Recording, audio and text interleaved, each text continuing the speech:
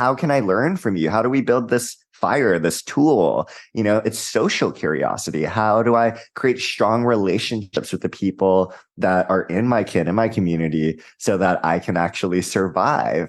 And what I'm saying is that, curiosity is all those things to help us to survive. It is those tools, but it's also a tool that helps us to come most alive. And there's a difference there. It's not just about surviving. It's about truly coming alive. And that's what the book is about. It's about how to use curiosity to really just awaken that part of your life that is craving connection and deepening into relationships with self and others, and even the divine for some of us. How do we actually heal through some of the hardships and the hard moments of transition that we've all gone through?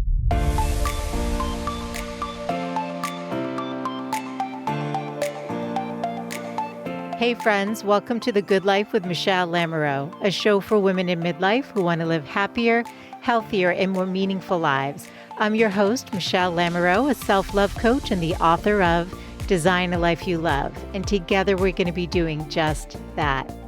Each week I bring on world-class experts, best-selling authors, leading entrepreneurs, and also do solo casts with the intention of inviting you to get connected to what you really desire from your life. This show is produced with love every week. There's inspiration and actionable tips in every episode because I want to see women playing a starring role in their lives instead of living on the sidelines.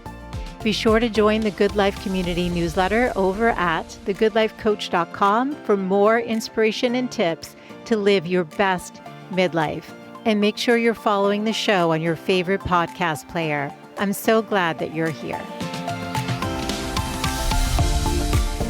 Hey friends, it's Michele Lamoureux and welcome back. We have an amazing interview lined up for you today. We are going to be talking about the power of curiosity to connect, heal, and transform our lives with Scott Shigeoka. Scott is an internationally recognized curiosity expert, speaker, and the author of, you guys, an amazing book that brought me to tears and is so powerful and important right now. It's called Seek: How Curiosity Can Transform Your Life and Change the World. He is known for translating research into strategies that promote positive well-being and connected relationships around the globe, including at the UC Berkeley's Greater Good Science Center and through his groundbreaking courses at the University of Texas at Austin. Welcome, Scott. I'm so excited you're here today. I'm really excited too. My favorite word. I love curiosity. Oh, tell me, what's your relationship with curiosity? I can't speak for every podcaster. I have deep curiosity, which is why I think I love what I do. That makes sense. I read so much. I always want to take in information. And I think for me, maybe it's a way of making sense of the world, of connecting to others, of connecting to ideas.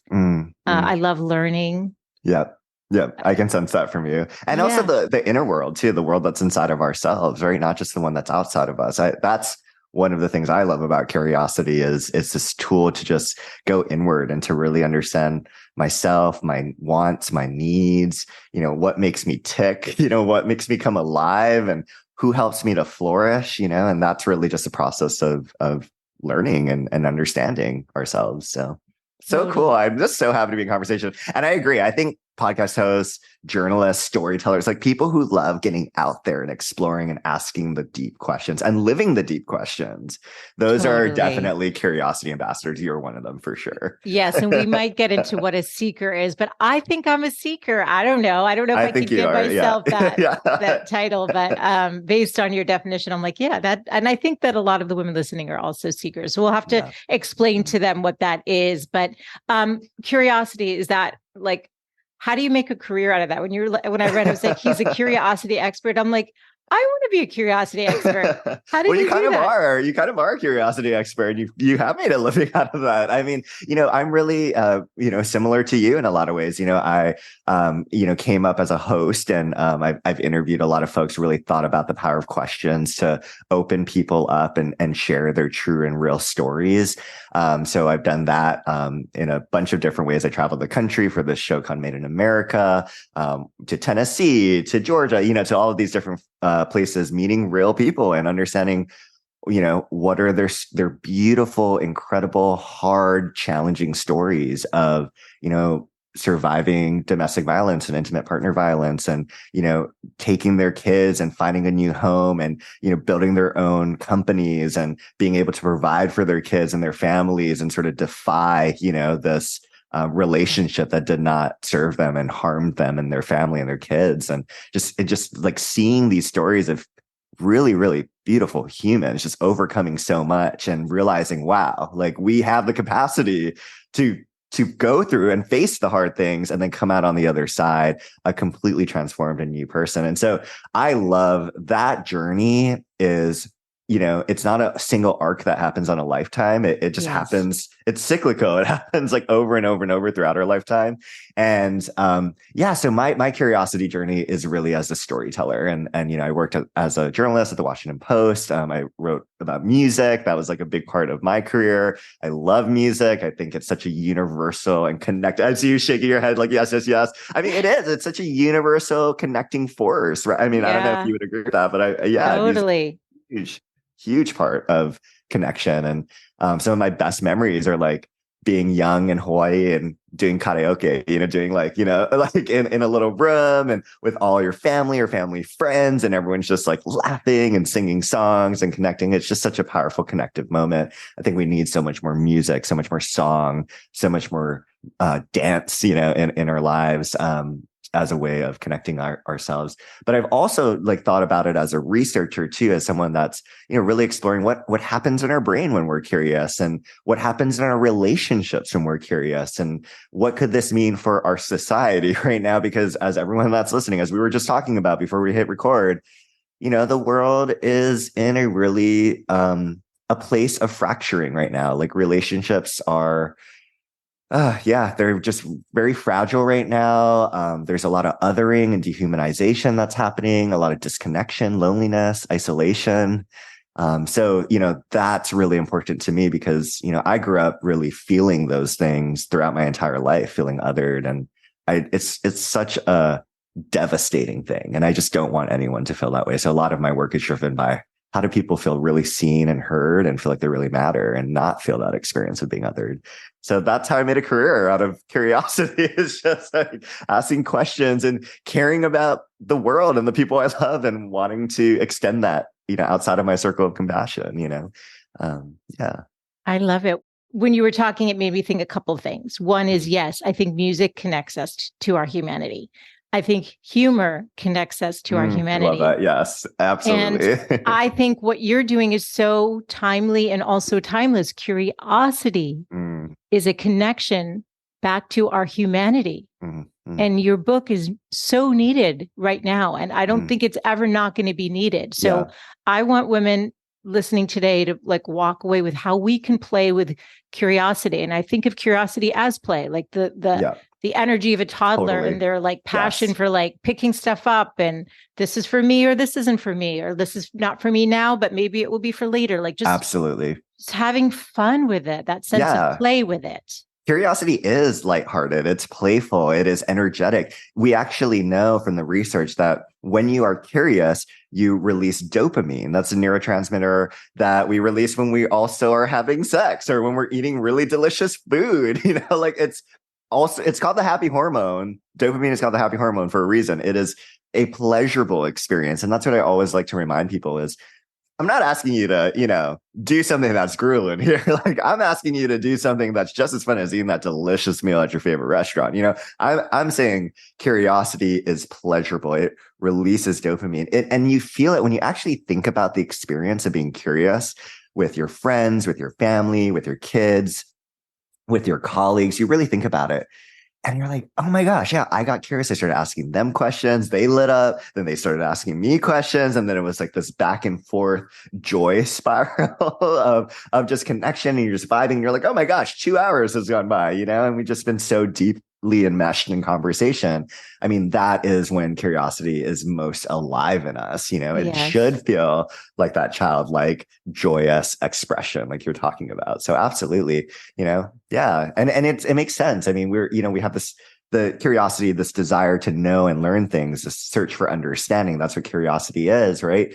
Our ancestors needed that, not just to like figure out where the water source was or where food is, or can I eat that berry or that mushroom? It's also, how can I learn from you? How do we build this fire, this tool? It's social curiosity. How do I create strong relationships with the people that are in my community so that I can actually survive? And what I'm saying is that, curiosity is all those things to help us to survive. It is those tools, but it's also a tool that helps us to come most alive. And there's a difference there. It's not just about surviving. It's about truly coming alive. And that's what the book is about. It's about how to use curiosity to really just awaken that part of your life that is craving connection and deepening into relationships with self and others, and even the divine for some of us. How do we actually heal through some of the hardships and the hard moments of transition that we've all gone through? I mean, those are the things that I'm very excited about. And I've learned through my journey, through my research, through the interviews I've done, that curiosity has a potent, is a potent tool for all of that. So. Yeah. Well, you went on a journey across the country. Speaking of journeys, yeah. Yes. And you put yourself in places in the country and in situations where you knew you were not going to be around people who had the same belief systems. And you had friends saying, like, don't go to that Trump rally. You're going to get somebody's going to beat you up or you're going to get shot. You write in the book, oddly enough, it was an overwhelming amount of hate that made me pack up my decade-old Prius to the brim and set off on a cross-country trip in 2019. I wanted to feel less scared and angry all the time. I've always lived by the motto, driven by love. And this was a chance to push back on the hate that had seemingly infected the very air we breathed. This was a time when our relationships and special fabric were being ripped apart. And I so feel you on that. Yeah. That's how I was feeling like back in 2019. And that was before even COVID. Probably it was before COVID hit, right? When you were driving around. Yeah. I mean, I'm just I'm curious to hear too, and I can share my story too. But like what you were saying that was resonant to you, like, could you share more about that? Like, what was striking a chord with you?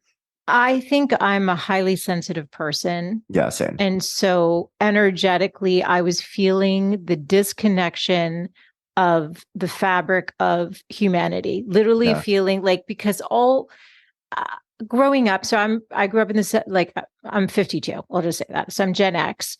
And, you kind of watch politics and different things. And one of the things that I remember, like John McCain saying, he said, you could be arguing with somebody across the aisle, but then you'd go get a beer with that person. People weren't getting beers with that person anymore. And I think that everything got too polarized. And then COVID hit. And that's when I was like, oh gosh, this is getting worse. Like now people aren't talking to their families. Like I didn't realize the family structure could get ripped apart so easily over, a vaccine or like, so it was politics. And then and then even the vaccine got politicized somehow. I don't know how that happened. It should be a health issue, not a political issue. And so I was like, we're going in the wrong direction. So that was my experience. Everything's getting politicized nowadays. Everything. Everything is just like, and nobody wants to talk. They're afraid to talk. It's a vacuum. It's really, it not only silences people or creates fear around speaking, but it also, like you said, it ends relationships. People are blocking people on social media. Parents aren't seeing their kids anymore. Kids aren't seeing, different family members anymore. It's siblings anymore. That's heartbreaking. Because without the fabric of the family, what do you have left? Like that's like that is the heart of a country. Actually, it starts within the family unit and bringing that love out versus that polarization and hate out. So that's what I was feeling. So tell us about that trip and So in 2019, I went on a journey across the country. I was feeling much of the same things that you were just naming, and just also feeling like I need to figure out how to heal and how to come back together in my family and the communities I'm in, and just to see if there was a way for society to do this, because we can't keep heading in this direction. It's just not going to lead to a place of where we're all thriving. And so I went on this journey across the country, and I was just like powered by my curiosity. And like you said, folks heard where I was going, and then they saw me. And for those who are just listening in, I'm like an extremely queer. I dress very flamboyantly often. I'm, Asian American. I'm, pretty progressive, I would say. And all of those sort of identities that are just a part of what makes me me, by the way, that is not my full identity. I'm also, grew up in an intergenerational, household. I'm also from Hawaii. I deeply care about the values of family. I am, there's so much richness and nuance and complexity to me, as is there about anyone else, in our country.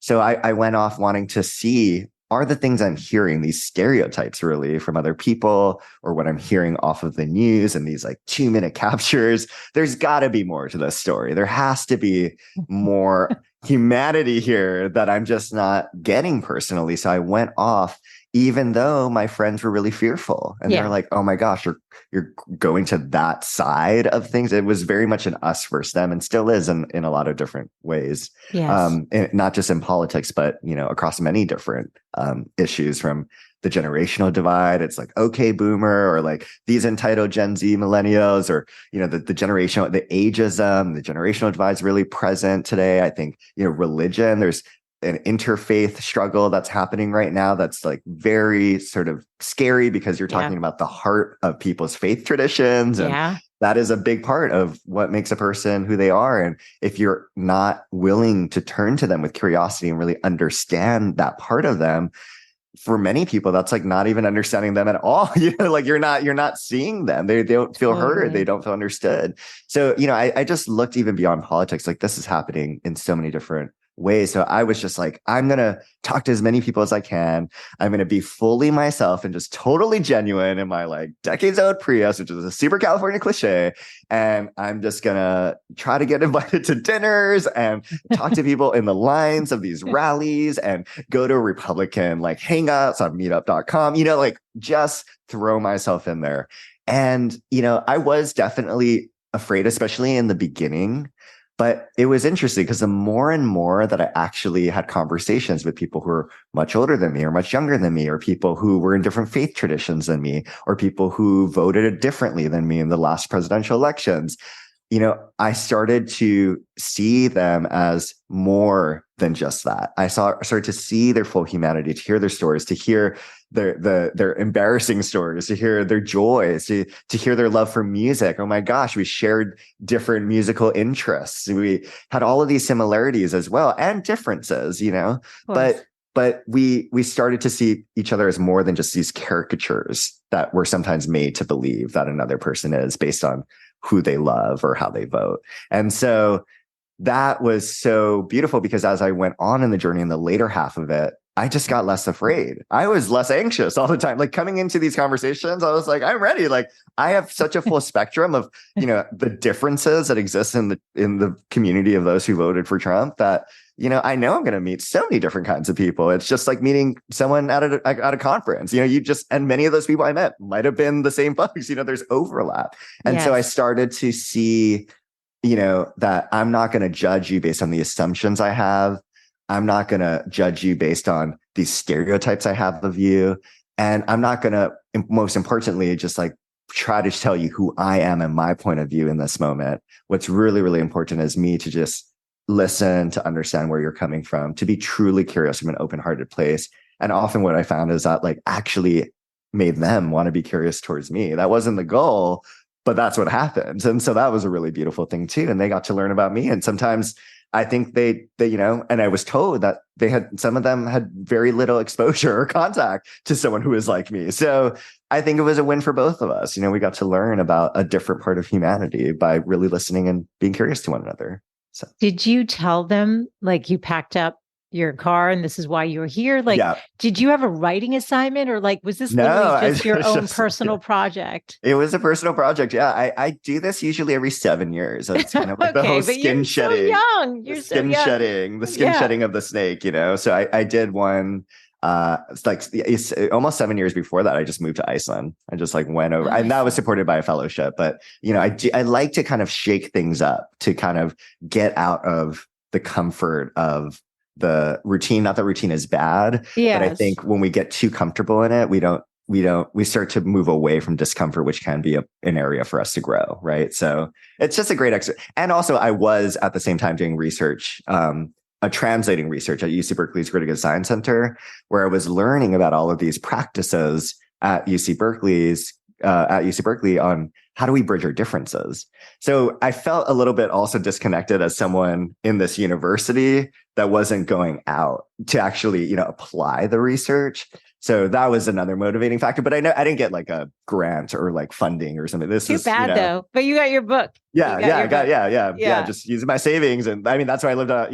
That's why but I it was for to yourself. This, you weren't doing it for a grant, right? Needing the grant. No. What surprised you? What did you like? There's that fun story with the optometrist and then the people screaming at you. I mean, it's not fun, but The optometrist was interesting because I think I had this stereotype that like all Trump voters were, illiterate and uneducated. And I think, what was helpful for me was to meet so many people who had advanced degrees, who were doing humanitarian or mission work, who were very, who agreed with me that climate change was happening, like all these things that I was like, I can't, what? Like, this is not what I was told that like this, again, it's just, there's so much nuance and so much complexity. And then as I really peeled back, it made sense that, wow, you like live in a more rural community. Of course, you're so connected to the environment. You're an angler. Like, of course, you're going to see like the changes in your environment, and recognize that, the climate is changing in the same way that I'm recognizing it too. Right. And so, we came at it in different directions. We might use different words. You might use conservation. I might use climate change, but we're all talking about very similar things at the heart of it. But the optometrist story was so interesting because I met this guy in the line of the Trump rally. We just started talking and he, I got curious about him. I learned a lot of information about me. And then he started to ask me questions. Like I was saying, curiosity almost is contagious. It inspires the other person to be curious towards you. That's what I always tell people when they're like, how do I, but the people around me are being curious. Or when I go to that family reunion, like they're not being curious. Like, how do I get them to be curious? And I was like, well, you're doing it wrong. If you have an agenda and you're trying to make them curious, you're doing it wrong. You need to just come from your own place of curiosity and know that will inspire people to be curious. Not everyone. There will be those few exceptions that you'll have to create boundaries for and be like, okay, enough is enough. I've tried for years. This is now harming me and my well-being. And you sometimes have to like go no contact or create, boundaries. But I think we can cut people out of our lives a lot too quickly. Especially now. Especially now. Yeah. But that optometrist was started to be curious towards me. And he said something. I was working at the time on this queer faith bridging project. And he was like, that sounds important. Like and he basically affirmed, the humanity and the equality of the LGBTQ community. And I was just so touched by that. It was very healing because I grew up, having, being in an environment that was not affirming and, especially a religious environment that wasn't affirming. And it's been so heart opening for me to see many faith traditions opening their doors, sometimes even having leaders who are from the LGBTQ community, because no one should be restricted from accessing the divine or God if that is a path that they choose, like that, like we are all like, if that's what we all believe, we are all God's children. Like we should not be othering or harming people who have that real desire to be in relationship with their God. So that was such a touching, surprising moment. It's beautiful. Yeah. And you say in the book too, how you're walking away and people are like, you're racist. And the guy's like, no, I'm not. And you're like, I'm actually on your side, but I'm here. And so it was like, tell us about that experience, because like the side piece comes in, doesn't it? Like where you're like, where do I fit? Because we all want to belong. I think that's part of the tribalism, or that sense of like, I'm picking a side because I don't want to be left behind. Totally. And this again goes back to the boundaries piece, because I was, I'd been in this, you're in line for hours. I don't know if anyone's been to rallies, but you're in line for hours. You finally get into the arena, you sit down in your chair, and then, there's like speakers after speakers before, Pence or Trump get on. And so at this point, Trump is speaking, and it's like near the end of the night, and I'm just exhausted. I'm just emotionally drained. I just am hearing a lot of the same things that I've heard, Trump say at that, in the media. And that was sort of like, okay, I feel like I know where this is going. I've been sitting here for like many hours at this point. So I left early. And as I was walking out in the hallway in the arena, there was like a group of Trump voters because they had Trump gears on, and they were like, I was like, why are you leaving early? Like the man of the hour, like the person you came to see is here. Like, I don't understand why you're leaving. And they're like, oh, if we leave now, we can get ahead of like all the whole parking stuff. We're like parked really high in the like garage. Like there's no way we'll get out. Like, we just need to get out now. And I was like, oh, I totally understand that. Like I do the same thing at events and stuff like that. Sometimes I'll like totally leave early, like rush out the door. Like, no, we're going to pee when we get home, So we're walking out together, and there's a sea of counter protesters. And they're all like singing and chanting. It's a very joyful thing. It's like something that I've recognized with. I've been on the front lines too with many of these like similar kinds of people. I'm more aligned to them politically. Yes. And then one guy pops out from that sort of that group, and he points at us. We're coming out of the arena, and they're protesting, Trump's, rally there. And this is in Minneapolis. And he says, fuck you, you racist, get out of our city. Like, and it was just like, I was just like already so exhausted. And there was this vitriol, this othering from someone who I'm more alike politically, I would imagine. And it sort of reminded me of like how people other me as an Asian person in this country, of like, where are you really from? I've had people literally say ching chong to me, like when I'm walking past, like just like very othering things. And to just feel that without being known, like he didn't ask any questions. He wasn't curious about me. Like he just assumed, and his assumption makes sense. Like I'm coming out of a Trump rally, but even still, like to yell that towards anyone is so dehumanizing. And it just made me realize that's kind of what we're doing all the time, right? On social media, in our own relationships, as we're so angry, we're so in pain, we're experiencing such injustices, such suffering, that the thing that we react to do is to like yell and scream expletives and say, get out of here, like get out of this family, get out of this city.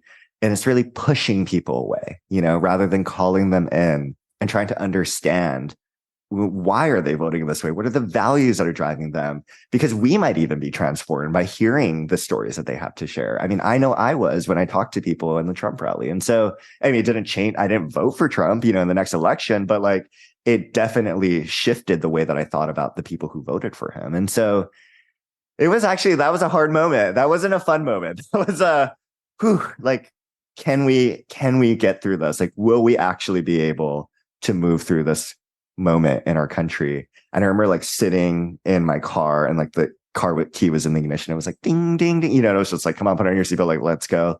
And I was watching people starting to mill out. And this like little kid in Trump gear, he was like running and then jumping up to try to hit like the light on the top of the ceiling of the parking garage. And I used to do that when I was a kid.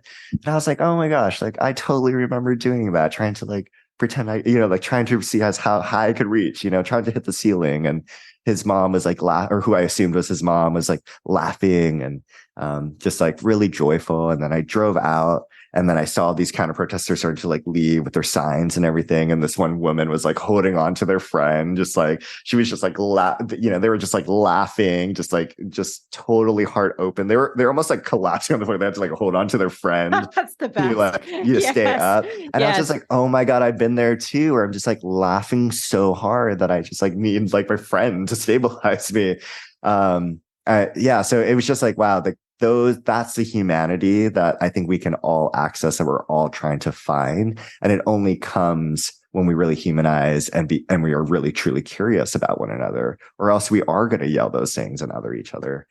So anyway, that's the story of being yelled at as they left the Trump rally. So no, I think it was an important story to share, though, because you did something that I would say the majority of people would never do. Yeah. And I think if we lived in a world where you represented the way that we approach life, we would be living in such a beautiful world. And so I told you before we started recording, I really was brought to tears by your book because it just feels like we are heading this wrong direction. And I do feel like your book brought me hope. And I just want to, I want to acknowledge you for that. Like, I was like, oh, yeah, and I'm sorry if I used the word fun and fun. It's not that it was a fun story. No, yeah. It's more that it was like, it was kind of cool to me, not what happened to you, but the fact that you could walk that. Yeah. So many people can't. They could never. And in fact, they're just listening to their echo chambers with like the sources of media and all that stuff. And we're never going to get to that place of connection if we keep just doubling down on what's safe and familiar. I will say though that, I'm not expecting, because that can be very daunting to go to a rally. That's what I'm saying. That's what I'm saying. Most people wouldn't do that. Yeah, I don't, and that's okay. And that's okay actually, because, it's just like, I was talking about this, with you earlier, that it's like running or, going to the gym to lift weights, right? Like you don't at the beginning of your journey with curiosity start by like bench pressing 400 pounds or whatever, or running a whole marathon, right? You just start slowly and you condition, you get used to it, you build up the muscles. And, it's the same for curiosity, right? Like you can get curious towards yourself even before you go out there and try it on someone else.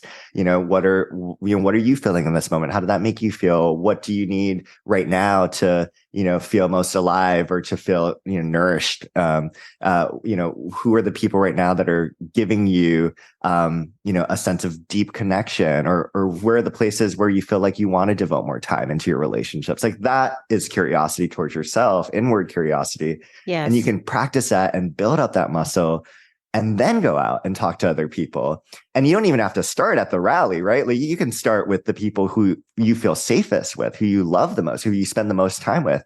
Try to ask a little more questions to your teenager at home, or to your romantic partner, or to your colleagues. Try to, instead of just wanting to, bring your own point of view across, you kind of like, create spaciousness and stillness in yourself and say, I really, really want to understand where you're coming from. That's important to me. You matter to me. Your opinions and your perspectives and your beliefs and, how you move through the world matters to me. Like, tell me more about that. I want to hear it. Tell me more. That's like one of the keys of curiosity. Right. Yes. And then the other piece is once you start to really exercise that, then you can start taking it out if you want to, these more sort of scarier or uncomfortable places. It might be that tense conversation you have to have with your sibling, or maybe that difficult conversation you have to have with your partner, or with your boss, that those are all, things that you can work towards by really, really, and then when you enter that conversation, your muscles will be so just like beefed up and ready that you'll have the best chance of staying in that mode of curiosity to really open up, the opportunity for connection, for healing, and to really transform that relationship, towards one that's much more positive and where you both are really understanding one another and are heard and seen and valued. Yes.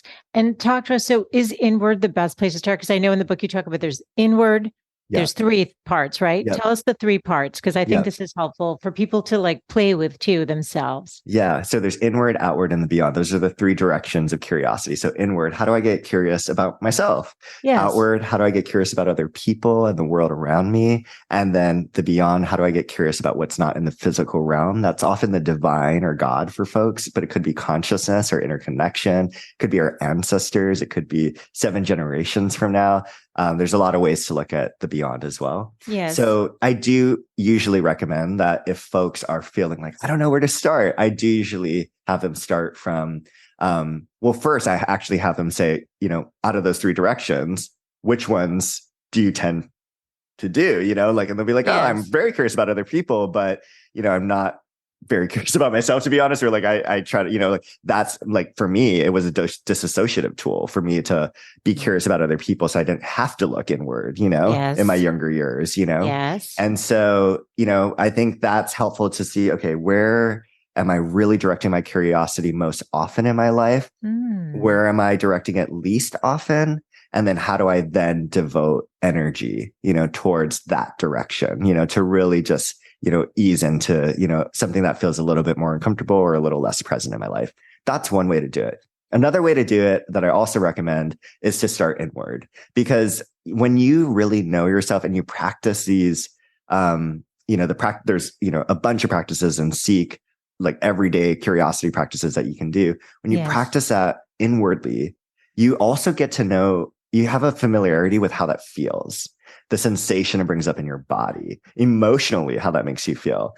And that's really good intel for when you're using those same practices with other people, because you can empathize with where they might be coming from. You can't assume, because everyone's different and everyone reacts and responds in different ways, but you have at least a more embodied understanding of how these practices work. And so I also like to recommend, try these inward, no matter what, even if you do inward curiosity a lot, try to start there too.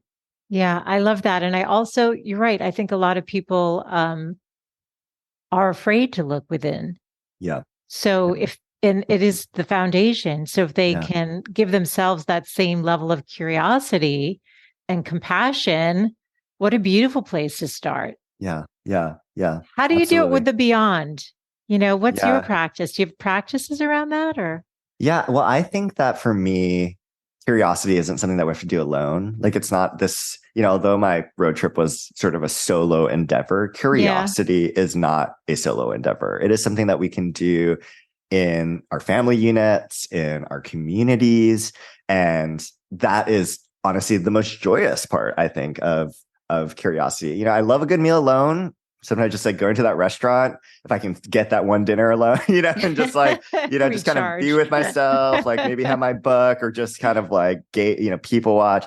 Solo activities are definitely good. It's good to like have those moments with ourselves, but it's also really joyous to eat around a table full of other people, and to really like, have that shared experience. And the same is true for curiosity. We can do a lot of this on our own, but to do it with our family unit or to do it with, a spiritual community, whether that's a Sangha or like, I went with friends to like a Dharma talk. I, have gone to Singles Ward to learn about Latter-day Saints. I've gone to, I went to the Harvard Divinity School for this workshop that friends were putting on, where different faith leaders and folks of different faith traditions were coming together.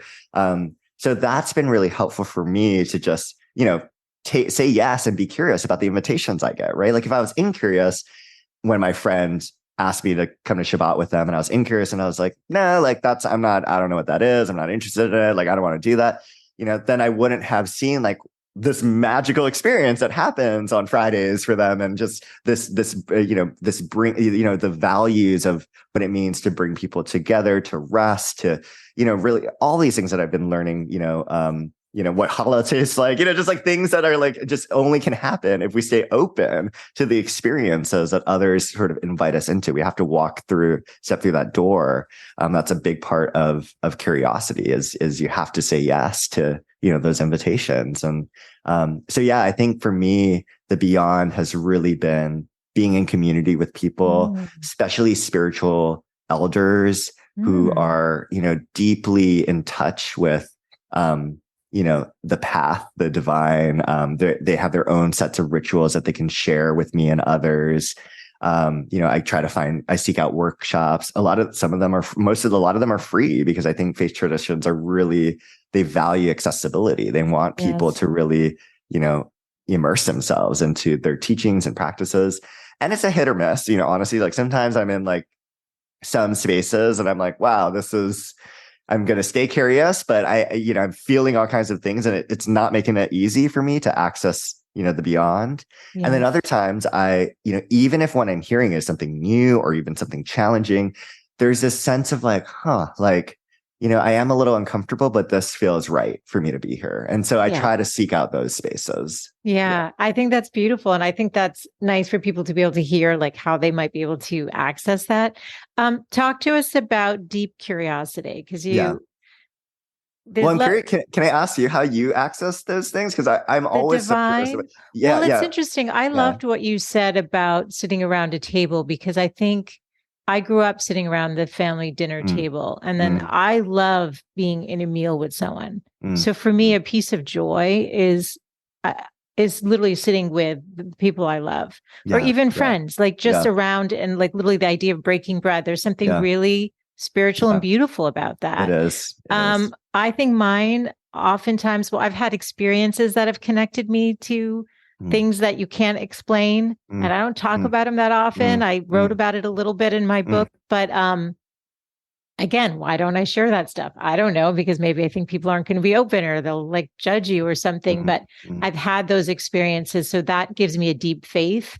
mm, And I journal with God. For me, it's like mm, literally like mm, I'll connect and I'll say, God, what do I need to know about this? mm. And the answer, Scott, every single time for over a decade, the first two words are the same of every journaling session, with whether you want to call it God or higher power. For me, it's Mhm. God, love yourself. Mm, That's what kind of prompted like mm, me teaching about self-love and embracing it. I think we often teach what we need to embody and learn absolutely. ourselves. So I that's love sort of that. been my journey with it. But I like it. I like what you're saying. And I love those experiences where you're connected to something new or different. And you wrote about in the book the women, you called them the nuns and the, what was it? The And nuns and nuns. Yeah, nuns and nuns and nuns. nuns. Yeah. Yeah, yeah. NES and the nuns.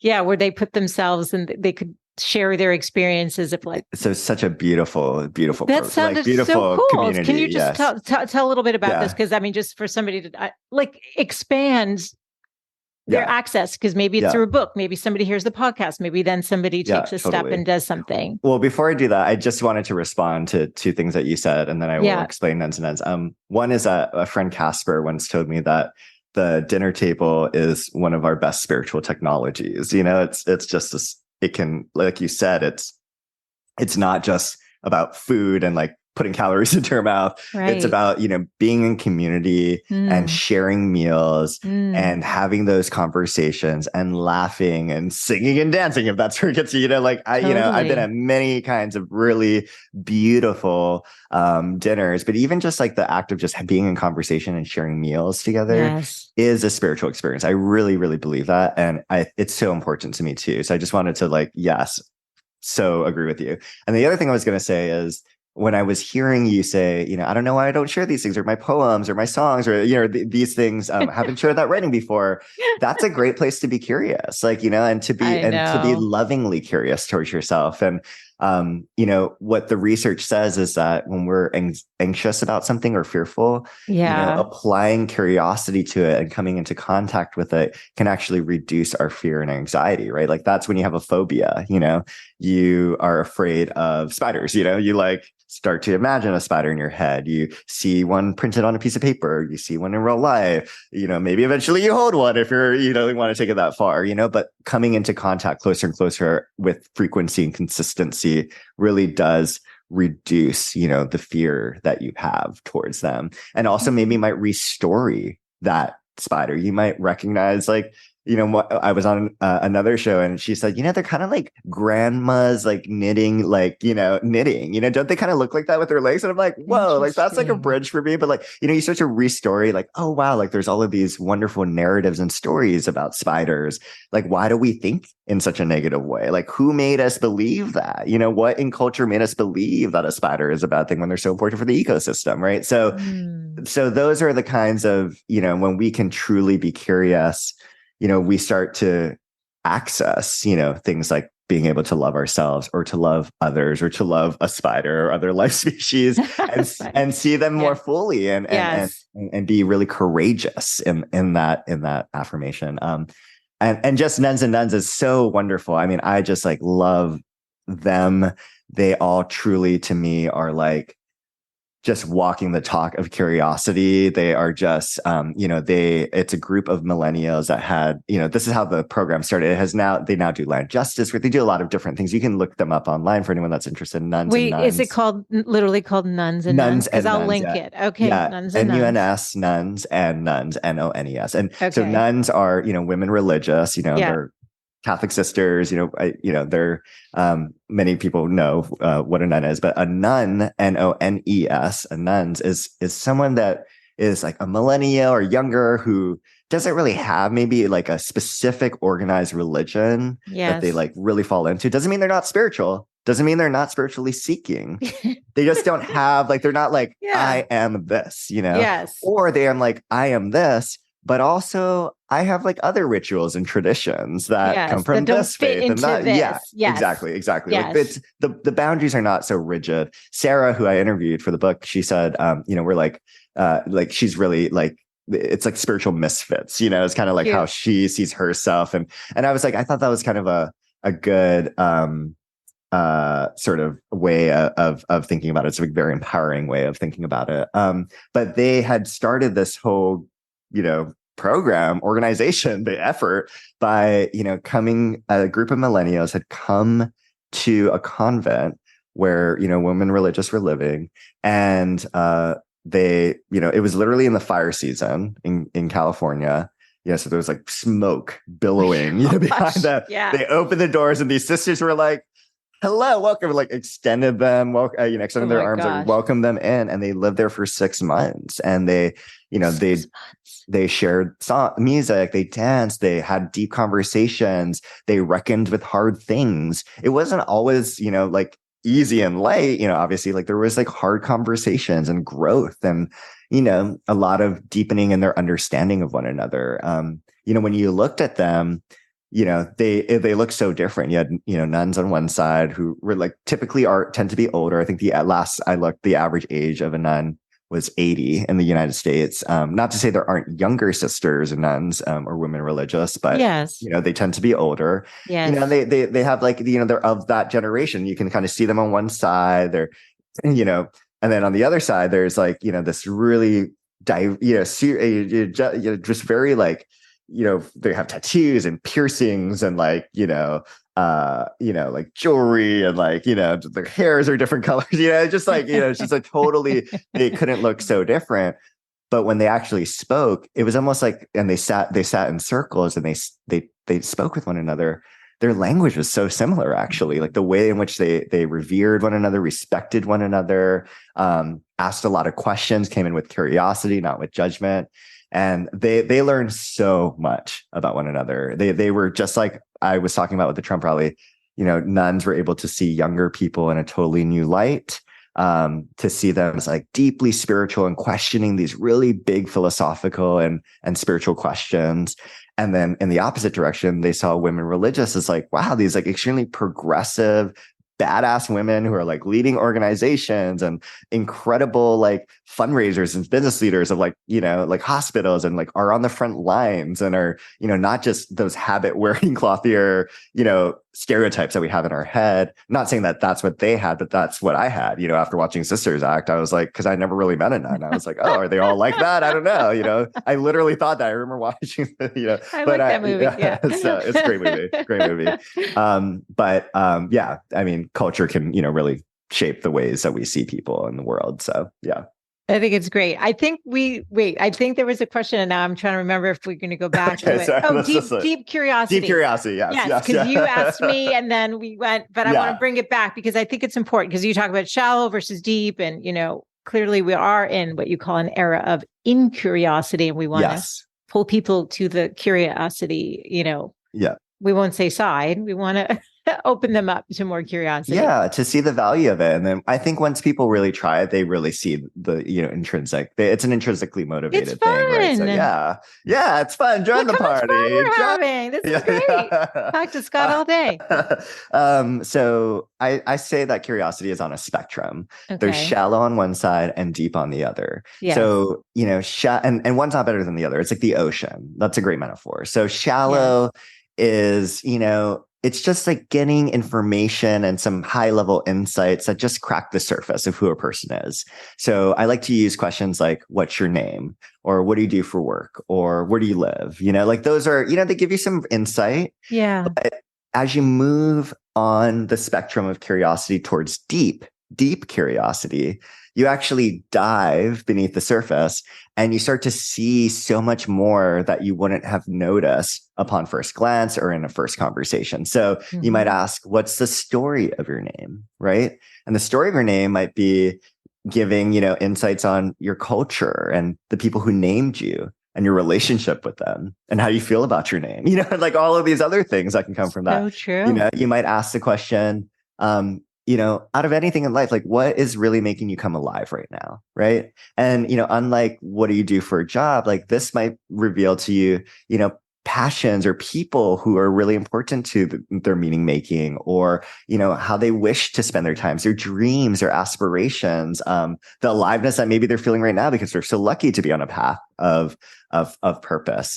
So I think deep curiosity is it's really exciting because you get to really understand someone in a much, much deeper way, but you don't necessarily always start there, even though that's where we want to go and want to get like the richness and be in the connection. Yes. You don't you don't meet someone, a stranger for the first time, or like go to a conference and meet someone for the first time and say like, tell me like this, like the hardest struggle you've ever been through in your life. Like, tell me about, like, you haven't earned that, like what's you yeah. haven't earned it. You haven't like built that like relationship, that trust. So I'm not going to tell you about my heartbreak, I don't know you. I don't know you, exactly. So, I mean, what are you going to do with that? And what are you going to do with that? Exactly. We have a vigilance because we know that in this culture, we have to protect ourselves. Unfortunately, that's just like what we have to do, that's an important thing to do. So that is really, really important to remember. And also it's just making me think about consent. Curiosity, is, not deserved, right? It is really earned, right? You can, you can be curious about someone, but they might say like, I'm just like, I don't think that I can answer that question right now. Or like, I don't feel like I want to have this conversation in this moment right now. And you have to be okay with that. You have to extend that grace. And also there are things that, you shouldn't, sort of exert your curiosity on, there are certain like protections, for instance, legally as a hiring manager that you can't ask someone that you're trying to hire, right? Like, so there are limits, of course, to curiosity so that we aren't, asking all these questions about someone's disability that's making them feel, sort of, targeted or put under a microscope or made to feel other, or, that's demeaning, or, we can't be ableist with our curiosity. As an example, we can't, ask, questions that and force people to answer them either. So the consent is very important as well. Yeah. Well, I think I think I had a guy on the show talking about perfectionism, and I was like, well, if it's not good enough, is underneath that just a feeling of not love, feeling you're lovable if you don't do well or something. It's like, well, we're going deep. I'm like, that's what I do on the show. We had a good laugh, but it's but you want to get to the heart of things, especially when it's like, he was a professor and we were talking about his book on perfectionism. Totally. But so in certain contexts, there's a natural flow where, we had just met, but there's like a social contract, like we kind of signed there was an agreement, that we would do that. And also if I wasn't okay with it, I would be like, hey, like, want to go there with you eventually. It's like maybe not something I want to discuss on the air. Like I've actually said that before, like that's okay too. Totally. Or even when you were asking me, I was like, oh, would I talk about that? Like, okay, but there's clearly something there. So you've given me a gift in that way, because now you've sort of put a spotlight on something. I'm like, why do I do that? Why aren't I sharing that more? So I appreciate that. So even if somebody does put up the boundary, you may actually be opening up something for them to do the inside work, which we talked about before. We're coming close towards the end of the time. Talk to me a little bit without, maybe, I don't know if we have time for the whole dive model, but the values piece. Let's go to the values. Yeah. Well, I'll just say that the dive model is like the 4 core muscles of deep curiosity, how to access it, how to practice it. And it's an acronym. So DIVE, they all stand for different things. So V in the dive model is value, which is to see the dignity of the person you're being curious with, which could be yourself. You could be just getting curious about yourself and why do I do those things? Or why don't I show up in these ways? Or, like, what is that about? But it also often is about extending that value towards another person, right? And what we know from the research is that when we dehumanize someone, and this happens throughout history, people are reduced to savages, to, animals, to, the other, they do things in this really just like sub-evolved way, all of this dehumanizing language. Psychologically, what that does when we dehumanize a group of people is it makes it much easier for us to hate them and to want to inflict harm on them. It puts a distance between us and them. And by putting them on a different level beneath us, we feel that it is okay and it is justified for us to hate them, to exert violence on them. And that is what we're seeing often, honestly, like in today's culture, this era of incuriosity, we're seeing so much dehumanization. I mean, so much just like reducing people. It's so horrible, but it's unfortunately the case that like we are still seeing these kinds of words like savages, or just like even reducing people to beneath humans because of the geographical place they grew up in, the faith traditions that they follow. And it really makes it so difficult for us to be curious towards someone who we are dehumanizing, right? But paradoxically, when we are very curious about someone else and we really want to understand them and want to say like, I want to know, I've never met someone who is indigenous, who's on the reservation. I've never met someone who, is from, has practices this, is Muslim, like whatever whatever it is, if when you really just come from a place of deeply understanding them and wanting to connect with them and, and extending that humanity towards them, what it does is it actually humanizes them. It humanizes them because you're learning about like their family and their kids and, their love for baseball or like the funny, embarrassing thing that they just did or where they find joy from, or, you go to that, event together and you're like boogieing down on the dance floor, in that one fun moment, and you start to see them in this full way. And that's kind of where we started with this conversation. So this is sort of a great place to sort of like end, but like, it's just, that's what I'm hoping for with this book, with Seek is I don't want just people to be curious for the sake of being curious because it's a pleasurable thing like that. I mean, that's great. Yes, please do it if that's what motivates you. But at the end of this journey, like I think the real benefit of curiosity when we take it deep is that we can humanize one another, we can love one another, and it doesn't mean we have to give up what we believe. When a Christian is deeply curious about a Muslim, it doesn't mean that they're giving up their beliefs. When I am deeply curious about someone who voted for Trump, doesn't mean that I'm voting for Trump. No, we can have our beliefs. It's not about consensus, erasure, or defending views or platforming views. It's just about simply from an open-hearted place, deeply understanding this beautiful, messy, complex, nuanced person in front of you. And if we can do that, then that person, as a result of your curiosity, will feel heard, will feel seen, will feel understood, and will feel like they matter. And that is what this is about. This is about people feeling like they matter, because we live in a society where people do not feel like they matter, where their voices doesn't matter, their bodies doesn't matter, their lives don't matter. So that is what we're trying to do here with Deep Curiosity, is how do we make sure that every single person feels like they matter, right? And so that is so core. And I'm so glad you talked about the V, because that's what the value is all about in the dive model.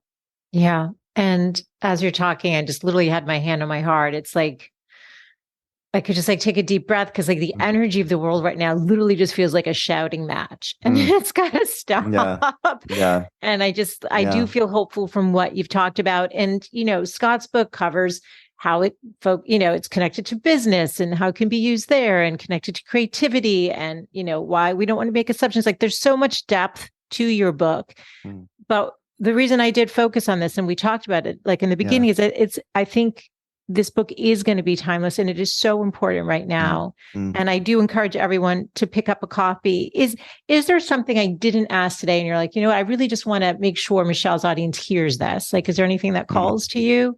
I think this is such a beautiful entry point. And I would just say, like, I'm very open to hearing from, anyone about what they thought of the book. And, I want to have these conversations. That's why I became an author. I love to have those like one-on-one conversations and like, oh my God, and like talk about the topics that I'm really curious and excited about too, and understand your world and your lives. And, so please reach out, and if you want, if you particularly, you're listening and you're like, oh my gosh, I have this hard conversation that I have with my kid at home or, with my partner. And, I would love some curiosity strategies or, hey, I tried this curiosity practice from your book and here's what it did for me. Like, I would love to hear you and to hear from you and to also just like be in a conversation with you about that. It can even be in a light way where we're just like sending messages back and forth. It doesn't have to be like on a call or something. So I just really like with my heart extend that and want to try to continue throughout my career to make space for that because that's really important for me. So that's the last thing that I just really wanted to share. And please, join us in ordering the book. Would love to hear your thoughts. And and thanks so much for having me on your show. I'm just really grateful for you and for the space that you held for us. Scott, it's truly your gift. It's truly your gift. Like, you are so radiant. Like, from the second you popped on the screen, I just felt immediate. Even just the form you filled out on the website about what we were going to connect about today, I could feel your warmth. And that is I am getting emotional because it's just such a quality that I think we all have the capacity for, if we could take down some of our defenses and allow more of that love in and that curiosity so that we can connect. But you do it so beautifully and so naturally. It's like, I don't know. It's like, I feel, this is going to sound weird in some way, but somewhat healed or something just from having sat with you. So I'm so grateful you wrote this book. I'm so grateful you're doing the work that you're doing. I can't wait to see what you do next and like how you keep evolving this, because this is why you're here. I have no doubt in it. I think one of my superpowers is seeing what's other people's gifts, and truly, like, it's so resonant in every cell of you. And I'm so grateful. I always end just with a fun question, which is because it's the good life. What's your definition of a good life, Scott? How do you define a good life? Especially now, I mean, probably evolving for you. Yeah. Well, thank you so much for saying that. And I just, you matter so much, and who you are as a person, the work you're doing in the world, the poetry you're writing, the songs you're singing, nobody's gonna hear. The laughter. Maybe we don't know. We don't know the future. We don't know. Yeah. The tables that you sit around, like, you matter. And so I'm just so deeply grateful to be in conversation with you, and everyone that's listening in too. I want to just extend that as well. Like, you really do matter. Like, and that is so important for you to take in